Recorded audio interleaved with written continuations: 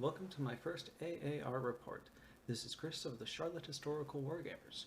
Today we will be refighting an engagement based on the events during Operation Husky, otherwise known as the Invasion of Italy. After the Allied triumph in North Africa during 1943, the Axis powers of Italy and Germany retreated into Europe. The Allies set their minds to their next move, and more importantly, the best way to break Fortress Europe. It was decided by the Allies that the fight should be taken to Italy, the soft underbelly of the continent, with the first steps to be capturing the island of Sicily.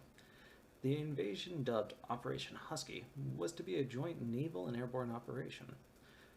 Once the beachheads had been secure, the push would start with General Bernard Montgomery moving to take the city of Messina and cut the Axis off from being able to retreat off the island. The United States General George S. Patton was supposed to cover Montgomery's flanks in the west, but due to a strong rivalry between the two of them, Patton sought to beat Montgomery to the punch and take the island of Messina first.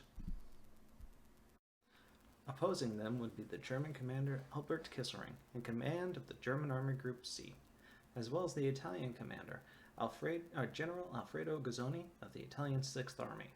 The invasion kicked off reasonably well, and the Allies were quickly able to establish beachheads and start moving deeper into the island. It soon became clear that the race to Messina was on, as the Germans and Italians started to react to the Allied advance. By the end of July, the Italo-German forces had set up a defensive line around Mount Etna. This was called, originally, the Etna Line. This line was hastily built, but was proving difficult for the Allies to take quickly, buying the Axis time to consolidate and start moving supplies off the island. This was in part due to the Green Devils, German paratroopers of the 1st Fallschirmjäger Division being on the island, as well as Italian divisions such as Nervo and Aosta. While the Italian divisions were generally second-line units, the Fallschirmjägers were some of the best in the German army. Their equipment and supply was top-notch, and they proved to be deadly foes in the conflict. The narrow streets of the towns and cities in Sicily led to be a major problem for the Allies, as made for narrow street fighting with house-to-house actions. The broken terrain proved to be a boon and curse during the fighting as well, with mortars and artillery laying in wait for ambushes along major roadways.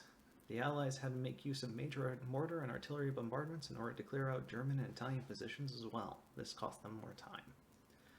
While the Allies won out in the end, it was only after a large amount of damage had been done. Our battle today takes inspiration from one of those actions.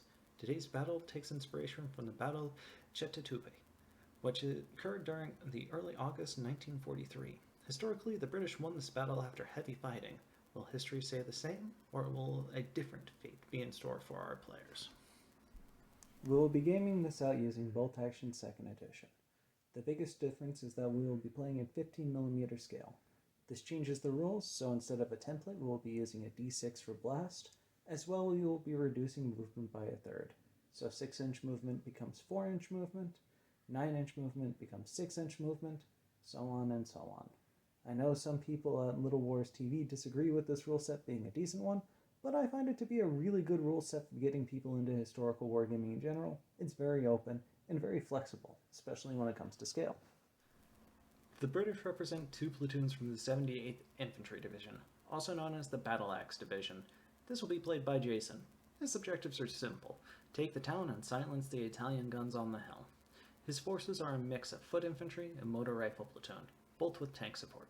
His models are a mix as well, with some from Battlefront and others from Peter Pig Miniatures.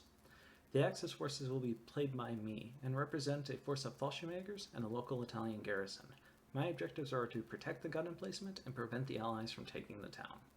My forces are fewer in number, but are veteran of many conflicts. As well, I have a platoon of Coastal Guard infantry from the Italians and their gun emplacement on the hill. The Italians are Battlefront, but the Fallschirmjäger are all Peter Pig. I fell in love with his line while working on the British, and am standardizing on it. As the battle starts and the forces come onto the field, the Italian guns on the hill open up. They target a Sherman, missing it completely. The Germans waste little time as well, setting up their mortar cover around the town and moving it down the roads into the streets. The Stug leads the way in supporting the infantry as the command team sets up in a building. Seeing the Italian gun on the hill opening up, Jason moves his infantry into the ruined monastery across the valley from the hill. The 2-inch mortar starts setting up its line of sight. While moving to take out the guns, the British waste no time to move on and assault the town as well. The motor platoon quickly moves down the road. Their rapid advance is suddenly halted as the German Stug moves into view. With his next order dice, Jason quickly attempts to get his trucks off the road and into cover. The open road provides no cover for his trucks, and his troops have no wish to die stuck in these purple heart boxes. With the Germans getting the next order dice, I fire the Stug at the other truck. It misses with the main cannon, go figure, but the whole machine gun stuns the crew.